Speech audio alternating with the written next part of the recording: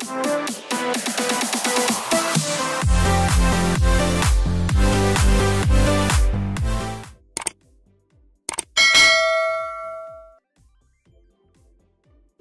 blessed day mga kabanding.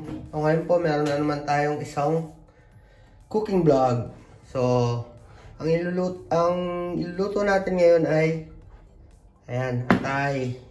So, ipiprito natin yan. Crispy fried atay ang gagawin natin mga kabanding. So, dito meron tayong mga 300 grams na atay ng baboy. So, yun mga kabanding, start na tayo. Start tayo by yung slicing natin tong ating atay. Slice natin ng maninipis mga kabanding. Pag-slice nga pala netong atay mga kabanding, tanggalin natin yung mga yung mga litid-litid ng atay. Kasi yan ang matigas. Ayan. So di-disregard na natin yung matitigas na yan. Yung parang litid.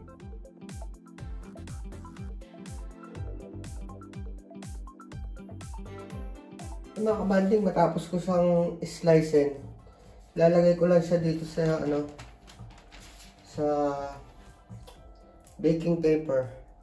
And sasalansan ko lang siya. Bali doble yung ating baking paper. And lansan na lang ganyan.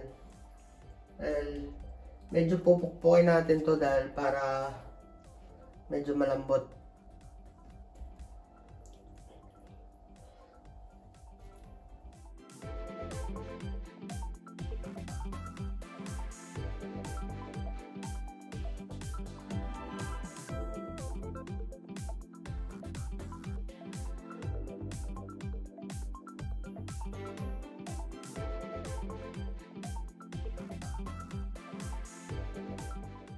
Yan. Tapos, ayan, bali doble siya. Takpan natin ganyan. Tapos mga kabanding, gamit lang tayo ng pangpok. Pitpitin lang natin ng konti yung atay. Para lumambot siya. Tsaka medyo ma-flat siya.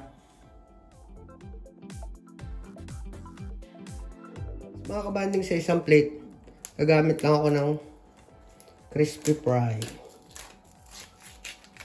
So, lagyan natin lahat yan.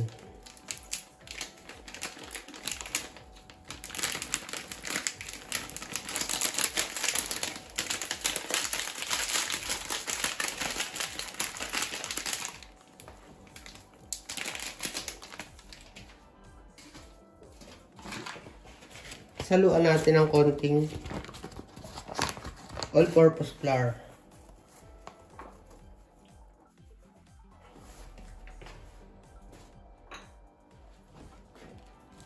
Lagyan natin ng garlic powder.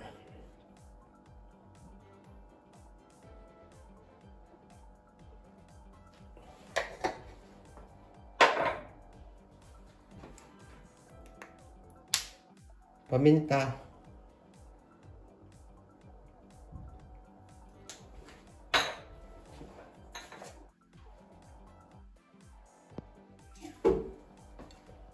Asin. Haluan natin ng sili.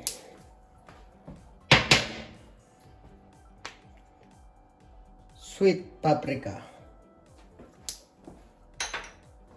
Haluin lang natin mga kabanding. Kumain ko na.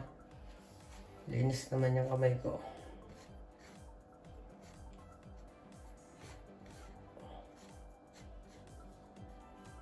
Pwede mga kabanding kahit walang kahit wala yung crispy fry, okay lang. May nagbigay lang sa akin nun kaya gamitin na natin. Galing Pilipinas yun. Nagbigay lang na kaibigan. Shout out sa nagbigay.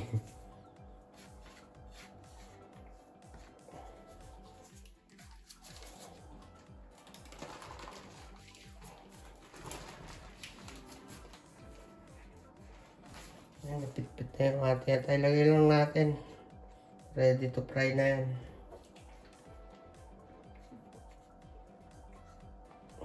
Coat lang natin.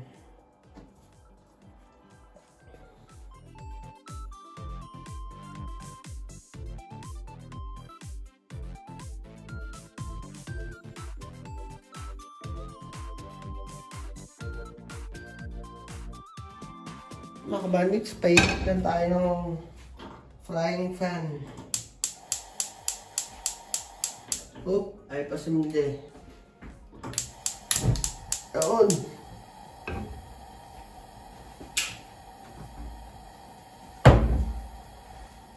Mga kabanding, mainit na.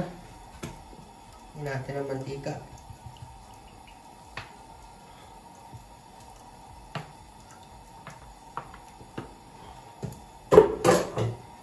Mga kabanding, mainit na.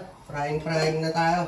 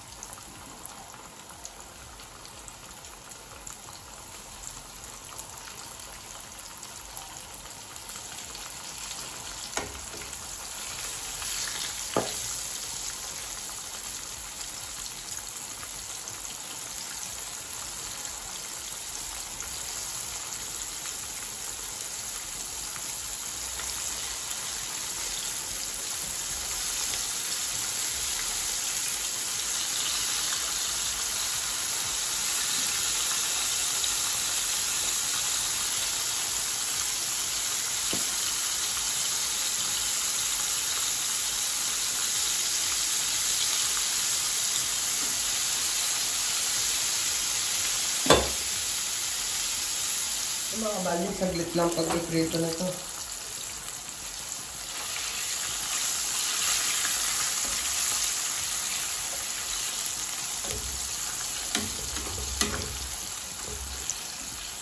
Dalawang baliktad lang, okay na.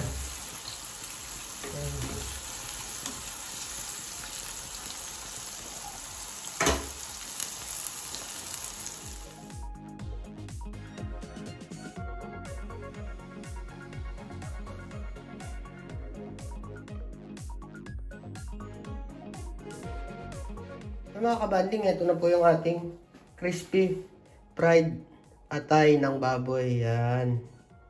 Check natin kung crispy nga. Soso natin.